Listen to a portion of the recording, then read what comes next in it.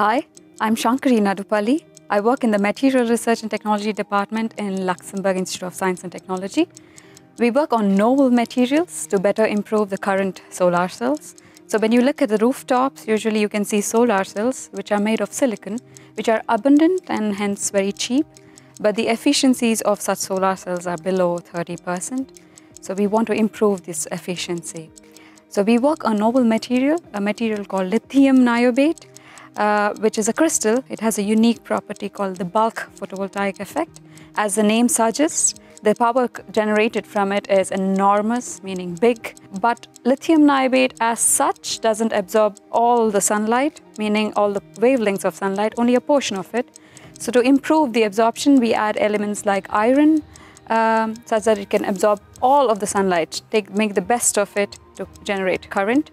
So our research team and we research on how we can improve, what is the mechanism of power generation in such unique materials, so that we can find more materials like lithium niobate. So our goal is to make it possible in the future to have houses run entirely by such solar cells.